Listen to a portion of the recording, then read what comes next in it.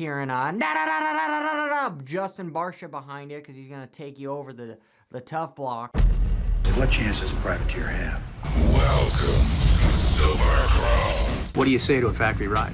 Yes, of course. We're all here for the hat trick. Cooper Webb and Ken Roxon. Cooper! Oh, he got it! He got it! I thought Ken was gonna... Controversy, scandal. I will get into that. First, let's just go with the basics. The track. I think the track was the best it's been all year. Some huge rhythms and some easier rhythms and then some medium rhythms, I guess, if you want to go on a scale from easy, medium, hard. The hard ones were obviously these giant quads between two tabletops that are just massive.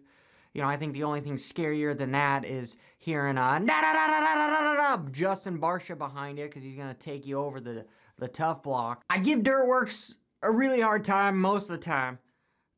I'm going to retract that statement at least this weekend. This was a damn good Supercross track. Made for some good racing. Guys had to stay on point, and if they messed up their rhythm, they could get into another rhythm real quick.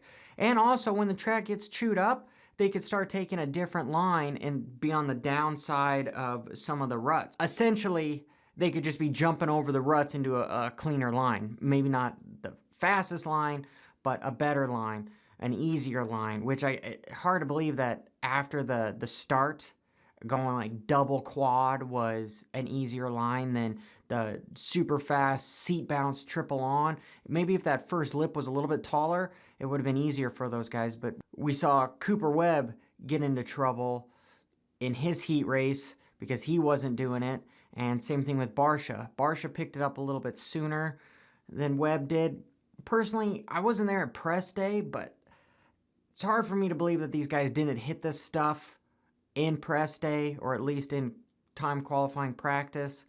I didn't watch the whole 3-hour qualifying practice. I probably should have this time, but anyway, you know, I'm just being real with you guys. I didn't take the time to do that. So if you did, let me know if you hit it in qualifying and if you did it in press day. But I like how Ricky Carmichael said, oh man, these guys they have to send this stuff in practice. Well, on a track like what we just saw yesterday, I think press day would be a pretty good practice day, right? You're not like the privateer over there that has to hit every quad out there in 10 minutes because you weren't able to practice the track for 30 minutes the day before. Yes, I'm bringing up the whole press day thing because it's a big issue that nobody talks about. And I've said it before, the sand, I'm not a huge, I'm actually not a fan at all of the sand on a Supercross track. I've even said it in my videos. But Dirtworks surprised me. That was a great sand section. Yeah, it took out a lot of people, but it was slow. It was slow. They had two big doubles in there that only superhuman riders could actually double them. I think most of us mortals would be rolling through them. But it was slow. It slowed it down so guys weren't crashing at 90 miles an hour. Not that you get that fast on a Supercross track, but you get my other analogy. And all right, let's get into the Jordan Smith takeout move in the air. The start, having a giant quad right after the start, this is just basically the Peloton in the Tour de France. Somebody does something wrong, everyone is going down. Yeah, having a huge quad like that makes things very dangerous, I think. And was it Smith's fault? Was it Cody Schock's fault? I think Mitchell Harrison just got the short end of the stick. Like how nobody talked about him during the broadcast. Everyone was worried about Jordan Smith. Not the other guy that looked like hurt himself bad too. I mean, he did get up, but you get what I'm saying. I guess maybe you don't get what I'm saying. So basically, what I'm saying is sort of a racing incident. Looked like Smith and Schock kind of were scrubbing a little bit, just floating a little bit too close to each other. And we know bad shit happens as soon as you touch. And Smith just went off. And then while they're trying to do this quad, take somebody out in the air. Just bad deal. Just bad deal. I hope we don't see any more of that happen. But I'm afraid we're probably going to it at some point. It's just a matter of time. let's get into what I wanted to talk about as far as Cooper Webb and Ken Roczen. The Honda team had a strategy, obviously. You know, I'm a complete conspiracy for the for heat number 2. I'm just kidding. But it was funny how it worked out where Roczen got by him clean and ran away from him. Yeah, he wasn't doing that triple on, triple off, triple into the corner, which slowed him down because that quad pops you super high. The more time you're in the air, the less time your wheels are on the ground moving forward. And the triple was real. You weren't getting a lot of air time. Obviously, it was faster. Webb didn't figure it out until later on. And then he ended up getting taken out by Sexton. And there's that triple. It's funny how Sexton is okay to take out Webb, but Roczen is too scared to take out Webb. And yes, I'm saying he's scared. Let's just take a step back and go into the pits. Act like these team managers are parents, all right? This is an analogy, so just sit back and ready to have this hit you square in the face.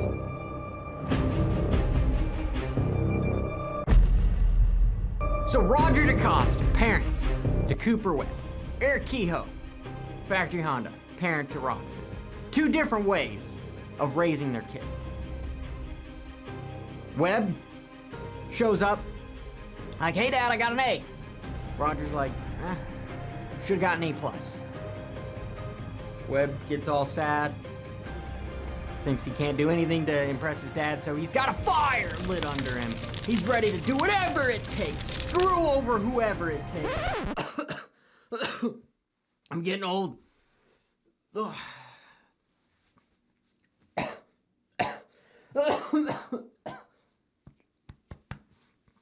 And yes, I'm not covering my face. I'm in my own freaking house.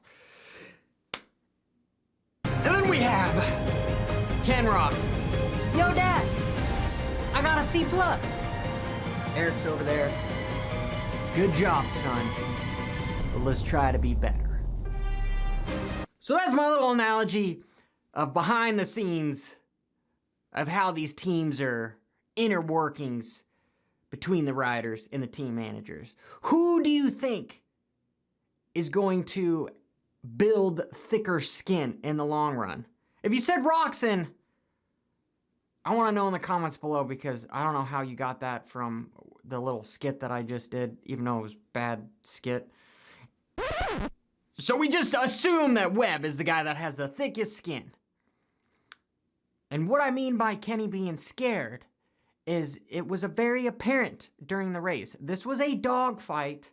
Kenny's strategy is get the fuck out front and run away. It worked in the heat race. Granted, he did pass him, but he didn't have to touch him, but he ran away. Gave him some confidence, thought he could do it again in the main event. Webb goes back, gets his ass chewed. Marv, stop seeing stars. You're the #1 guy on the team again. Comes back, because he's got the thick skin, is able to pull it off. And when he got close to Kenny, what happened? Who rolled over? Because we all know in a dogfight, one dog is submissive over the other once they lose. Pretty much looked like it was Ken Roczen rolled over. It goes beyond being inside somebody's head. I believe Kenny is scared of Webb. And the only way to get over that is to just stay the from him for a long period of time. And hopefully he just, confidence goes down and down and down, and he's never up front. You never have to deal with it again. It's kind of running away from the issue. We'll see in 2 weeks whether or not he's able to do it. Because Kenny has to be feeling like the team that's paid off by the Harlem Globes. Because Kenny's got to feel like the Harlem Globetrotters. Dude, I give up on life.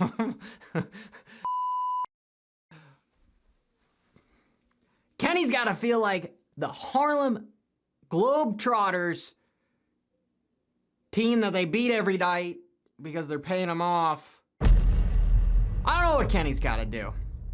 He's got to do something. I really need to do a better job writing a script because this one had a lot of little segments that I messed up in. Yeah. Damn it, Jim. Till next time, this is your host, Johnny fucking Hopper. Bro,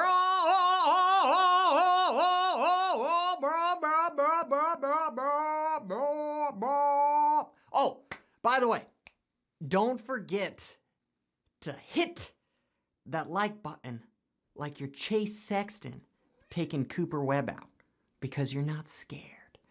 You're not scared. You're not scared of nothing. Not this coronavirus. Not a sand section. Not a giant quad. Maybe. If you're normal, you might be scared of a giant quad. But anyway, you hit that like button. Do it!